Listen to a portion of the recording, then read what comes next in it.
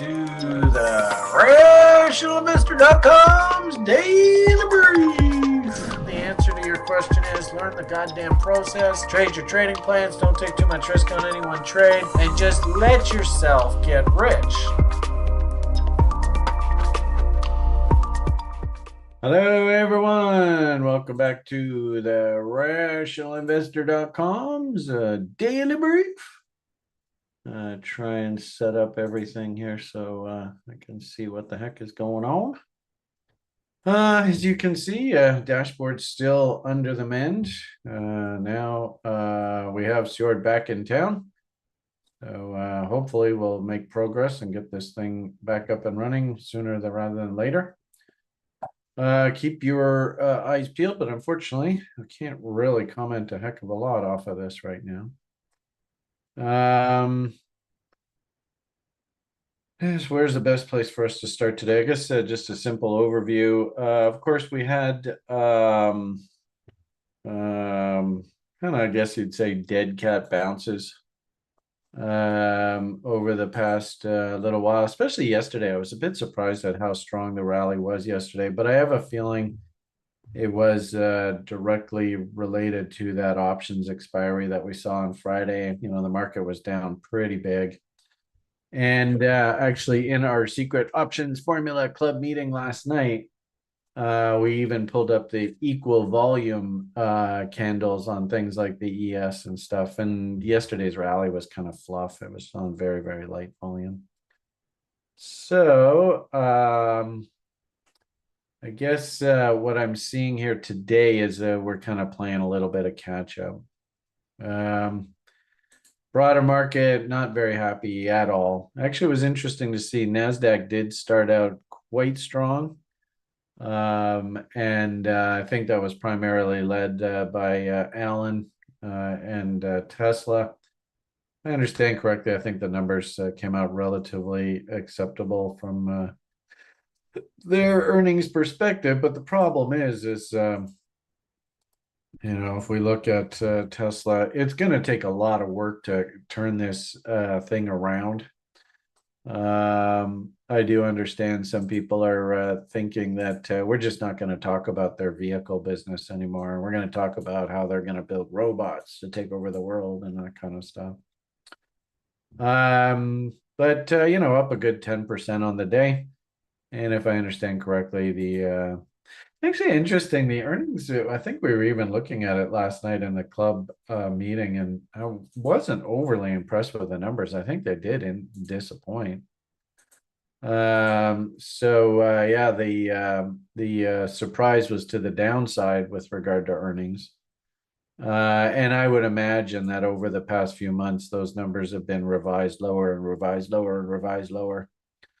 I suppose you could even make the argument, I don't know how Mr. ICT would handle that, but is that a structural break? Higher highs and higher lows. It's, hey, I'm a bull. Now they finally broke that structure. Does that actually, you know, maybe, you know, dead cat bounces, rallies back into resistance, actually set up longer term short ideas? I don't know. That's a tough one. We'll say that it's about 4 or 5 months. Well, I guess about a year ago now, really.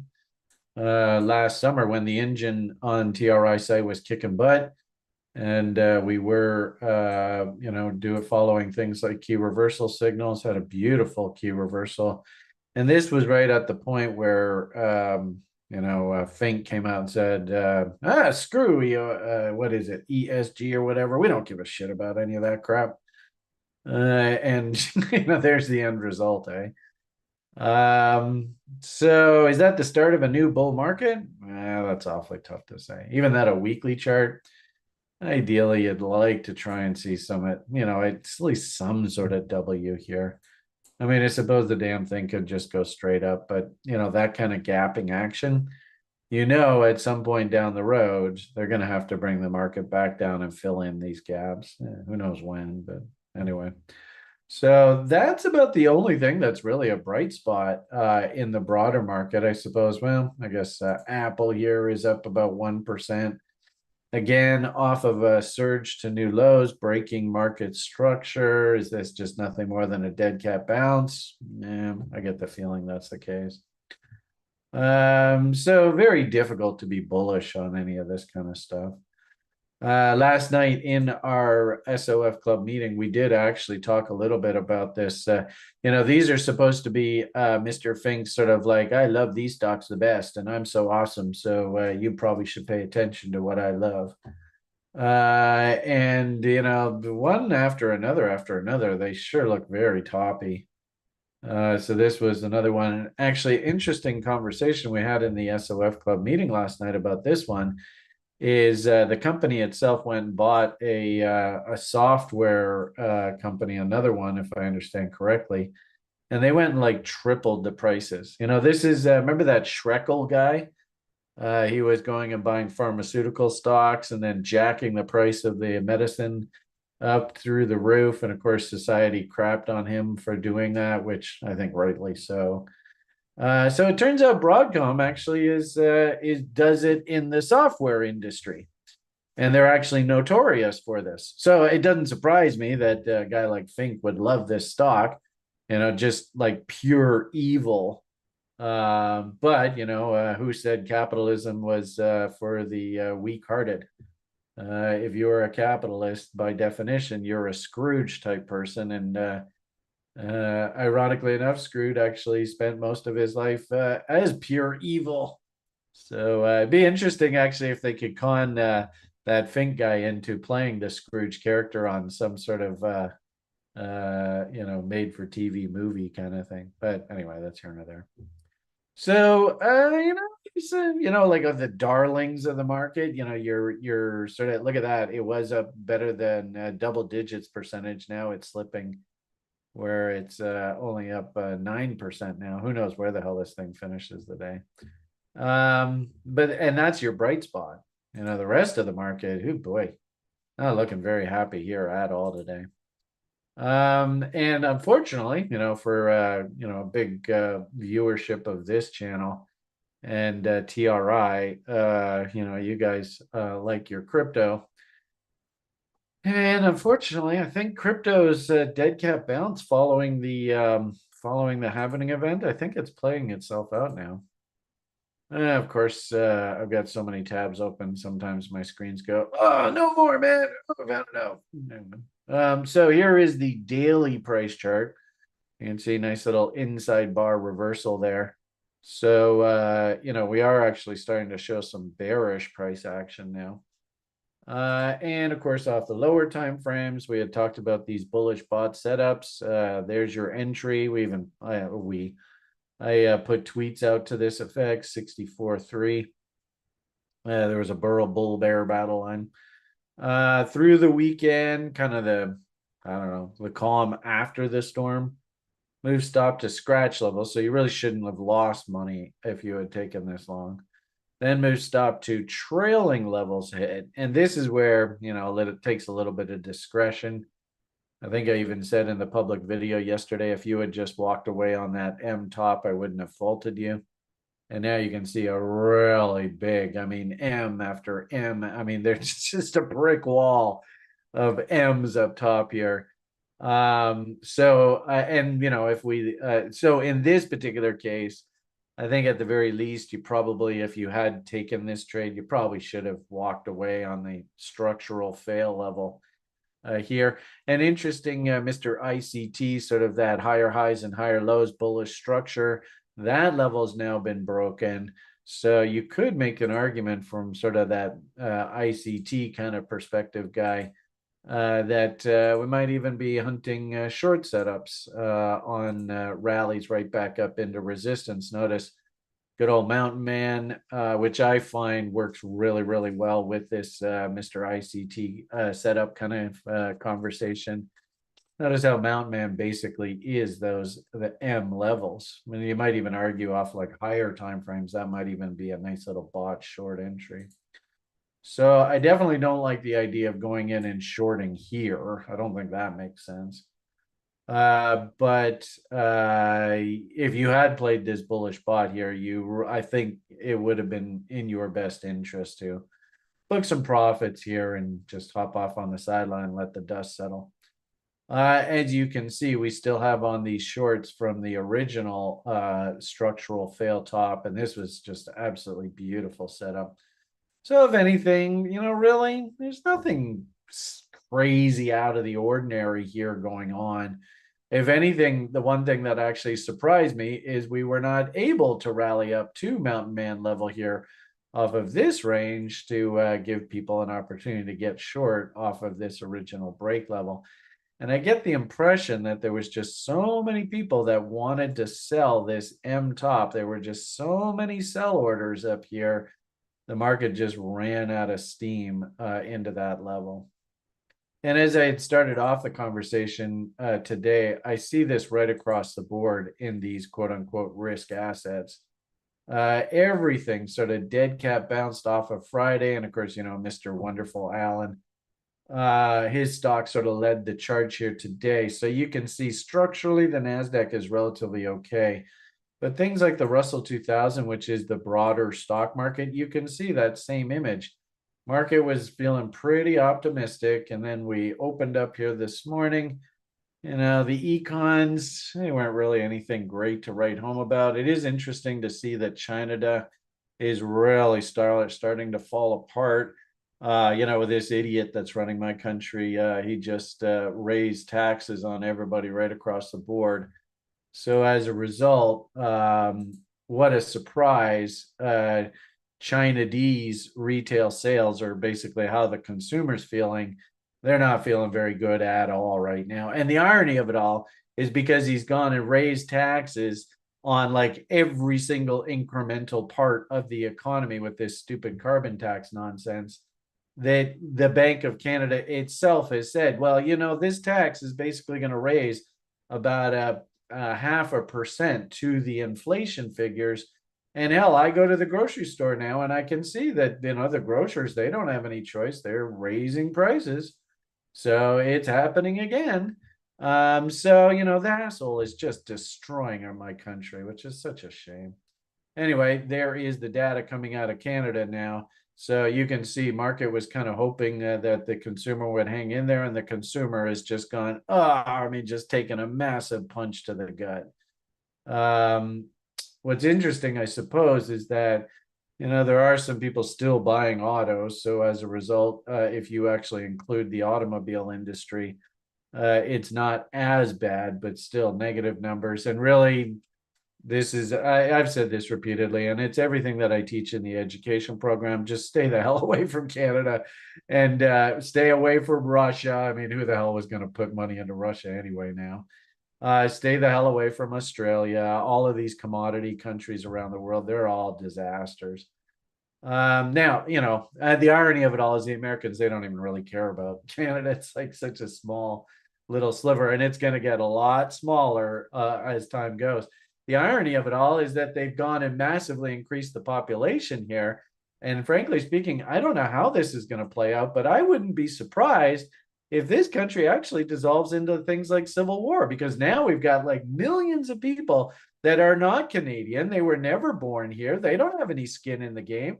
I even saw some crazy clown going rampaging around Toronto saying that it's only a matter of time until Canada has Sharia law. It's like, what? Anyway, don't get me started on China, though. So on to the market that really matters to the risk markets, the U.S. market here. Durable goods orders actually came in relatively firm. And I've kind of talked to you guys about this too. Well, I mean, it is a core of my education program that I'm actually very bullish of the United States of America. The United States of America is not the place that you should be looking for economic collapse. It's places like these commodity countries and etc. So really seeing the economy down in the States is doing relatively okay when it comes to data prints today. But in the face of that, is the Fed likely to lower interest rates if durable goods orders are actually ticking higher than expectations? And, relative to the previous report, they're like exploding higher. Fed's not going to lower interest rates in the face of that. And I don't understand why people have been like actually expecting that to happen. other than the fact that the Fed officials, and I have said this repeatedly, they should shut the hell up and stop talking so damn much. I think they conned the market into that rally that you saw over the past 6 months in all of these risk assets. And, risk assets in general, they're not supposed to go up at the rate that they went up there over the past 6, 8 months down in the States. So that unfortunately in itself is a little bit of a tell that something stinks in Rotterdam. Um, all right, so the only other econ that is worth mentioning is energy, crude oil stocks have been drawn down dramatically. I mean, that is a pretty big drawdown in crude inventories. The only reason why they would be drawn down is, of course, if people are using the products, which means that the economy must be doing fairly well. We are coming into this sort of summer driving season. So I don't know whether I can interpret too much into the gasoline ending stock. So it is interesting that they were looking for a drawdown. Came in a little bit less than expected, but it'd be interesting to do like a weather sort of review of what the driving conditions are like across the Midwest. And I think it's the end of April, so probably should start seeing people hit the roads a bit more. But I think the market moving event was this fairly sizable drawdown in crude oil stocks. And again, that's a sign of a strong economy. That is the sign of strong demand. Again, can the Fed lower interest rates in the face of that? I don't think so. So as a result, not a big surprise, the crack addict risk asset market, needs that fix of cheaper money. And actually, I was even hearing today that mortgage rates down in the States also ticked higher. So that's not going to help the U.S. housing industry, but the U.S. housing industry, that's past tense. I don't think that's the place you should be looking for growth going forward. If anything, ironically enough, it is the place that I would be looking for growth. Ironically enough, interestingly enough, ironic, interesting, whatever. I actually really like the idea of investing in metal stocks right now. I have actually bought a junior gold name here recently, and I'm very warming up to the idea of buying, things that will do well when the economy is doing well. So that's actually things like, stay the hell away from charts that look like this. This just looks problematic. But one of our SOF Club members pointed out, hey, that looks like a weekly W in a boring industrial name like 3M. And I don't know, you tell me, does this have any room to move up here? Mr. Gann would say, maybe you got to look for a 50% retracement of the most recent range. I don't know whether I got the impersonation correct there or not. Or what do they call that? It doesn't matter. Price gap right at the 50% level, right? We can even do things like Feigenbaum's off of this double bottom, right? Good old chaos theory, 2.618. So last night in our SOF Club meeting, we actually were looking at a lot of industrial names. They look very, very interesting to me. And maybe we'll look at this in the after party. But this is actually exactly what's supposed to do well at this particular part of the cycle. Actually, on the topic of weekly W's, we had Zach, our badass option spread level 4 program instructor, although we haven't had a lot of interest in the education program of late, and that's understandable because the consumer right now is feeling very strapped. So anyway, the point of the matter here is a whole bunch of ideas that he's super interested in. And we're seeing a bunch of sort of industrial type stories here. And this was one of our members, Michael, his idea last night. And I got to say that this idea speaks perfectly to this particular part of the cycle. So nice call there, Michael Motorcycle. I think that's probably all of the summary that I have for you right now. As I sort of alluded to, I do think that the dead cat bounce that was coming out of the halvening event has petered out. These are V bottoms. Ironically enough, you can actually sort of listen to the message of the market just based purely on what kind of bottom and top action that you see. V bottoms, of course, our rule is V's and V tops need to be tested. So I might make the argument that at some point we got to come down and test this low in earnest. If you were a trader and you saw this big spike up, that's a bull flag. And you saw this cute little resolution. It did set up a bit of a trade, and that trade worked its way out. In this particular case, we never did hit the move stop to trailing level, so I think you probably just walk away at scratch if you were trading the futures contracts here. The cash market, as I had said earlier, I think they actually could lock in some profits. So hopefully anybody who played that cash market move made some money on that. But you can see the market structure itself. If you ever, what does Brian say? If you ever see the market smiling at you, what is it about to do? So, really, this isn't anything new. It's just a question of, unfortunately, this isn't exactly expectations, right? Obviously, most of the public is generally long. They don't play the market short. So when you see an image like that, and I have to come out and say, well, it looks like our bullish enthusiasm, you should cool your jets, temper your enthusiasm. That obviously doesn't resonate well with the public. So, unfortunately, my message here is got to cool your jets.